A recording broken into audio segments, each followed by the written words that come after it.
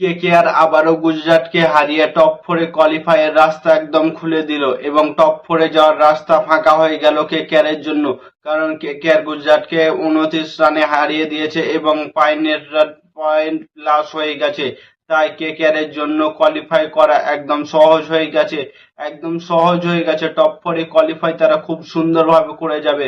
পাঞ্জাব যদি আর একটি ম্যাচ হারে আর সিএসকে যদি আর একটি ম্যাচ হারে তাহলে কেকেআর টপ ফোরের মধ্যে কোয়ালিফাই করে দেবে। কি সুন্দরভাবে খেললো আজ গুজরাটের বিরুদ্ধে কেকেআর। কেকেআর এর মাত্র তিনটি ব্যাটিং লাইন আপ চলেছে, সেইখানে কেকেআর 147 রান করে ফেলেছে 20 ওভারের মধ্যে। ফিন অ্যালেনের কি দুর্ধর্ষ ইনিংস খেললো, তাকে সবাই এলিয়ান শাহ দিয়ে নাম দেয়নি, কারণ সে কত দুর্ধর্ষ মেজাজে ব্যাটিং করতে পারে সবাই জানে। ফিন অ্যালেন আজ মাত্র 35 বলে 93 রানের একটা ঝোড়ো ইনিংস খেলা গেল। সে আজ সেঞ্চুরি ডিজার্ভ করতো, কিন্তু তার একটুর জন্য সেঞ্চুরিটা হলো না।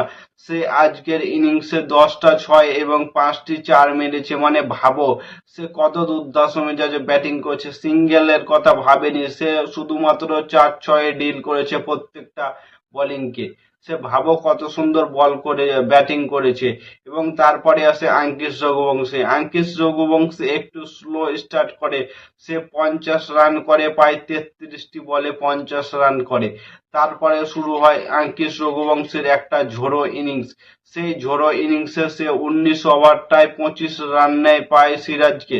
সিরাজকে 19 নম্বর ওভারে 25 রান নেয় আঙ্কিশ রঘুবংশী এবং 84 রানের একটা ঝোড়ো ইনিংস খেলে মাত্র 42 বলে। মানে ভাবো আঙ্কিশ রঘুবংশী কত সুন্দরভাবে সে প্রত্যেকটা ম্যাচে খেলছে। আঙ্কিশ রঘুবংশী স্টার বয়, তার কথা কি বলবো। সে একটা আগের ম্যাচে 73 করেছে এবং 2026 আইপিএলে ব্যাক টু ব্যাক 5টা 50 মেরে দিল আঙ্কিশ রঘুবংশী এবং সব থেকে রান বেশি হয়ে গেছে কলকাতা নাইট রাইডার্সের এই বছরে। 380+ রান হয়ে গেছে আঙ্কিশ রঘুবংশীর। এবং তারপরে আসলো ক্যামরন গ্রিন। ক্যামরন গ্রিনও শুরু করেছিল দুর্ধর্ষ মেজাজে, সে প্রত্যেকটা বলে 6 ডিল করছিল। সেও একটা ঝোড়ো ইনিংস খেলে গেল, 26 বলে 54 রানের একটা ঝোড়ো ইনিংস খেলে গেল এবং 9টা আউট ছিল আঙ্কিশ রঘুবংশী এবং ক্যামরন গ্রিন। মানে ভাবো আজ কলকাতা নাইট রাইডার্সের উইকেটই পড়লো না, মাত্র রাহানে এবং ফিন অ্যালেন পড়লো। সব থেকে বেকার খেলে গেছে আজিমকে রাহানে। আজিমকে রাহানে ফালতু খেলে গেছে, 14 বলে 14 রান করে আউট হয়ে গেছিল। আজিমকে রাহানে ক্যাপ্টেন্সির জন্য সে কলকাতা নাইট রাইডার্স দলে জায়গা পেয়েছে। সে যদি ক্যাপ্টেন না হতো তাহলে কবে বাইরে বসে থাকতো আজিমকে রাহানে।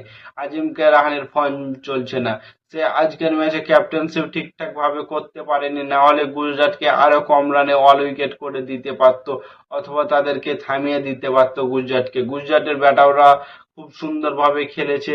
আঙ্কিশ সাইদ সুদর্শন এবং শুভমন গিল এবং বাটলার টপ 10 প্লেয়ারই তারা 50 করেছে এবং খুব সুন্দর করে 218 রান করেছে এবং কলকাতা নাইট রাইডার্স 29 রানে জয় হয়েছে। এবং কলকাতা নাইট রাইডার্স আমার মনে হয় টপ করে যাওয়ার জন্য তৈরি হয়ে গেছে। তো তোমাদের মতামত কমেন্ট করে জানাও, কি কলকাতা নাইট রাইডার্স টপ 4 এর মধ্যে এন্ট্রি করতে পারবে কিনা। আর নতুন কোনো আইপিএল ভিডিও দেখতে হলে চ্যানেলটাকে সাবস্ক্রাইব এবং ফলো করে দাও। ততক্ষণের জন্য টাটা, বাই বাই, জয় হিন্দ।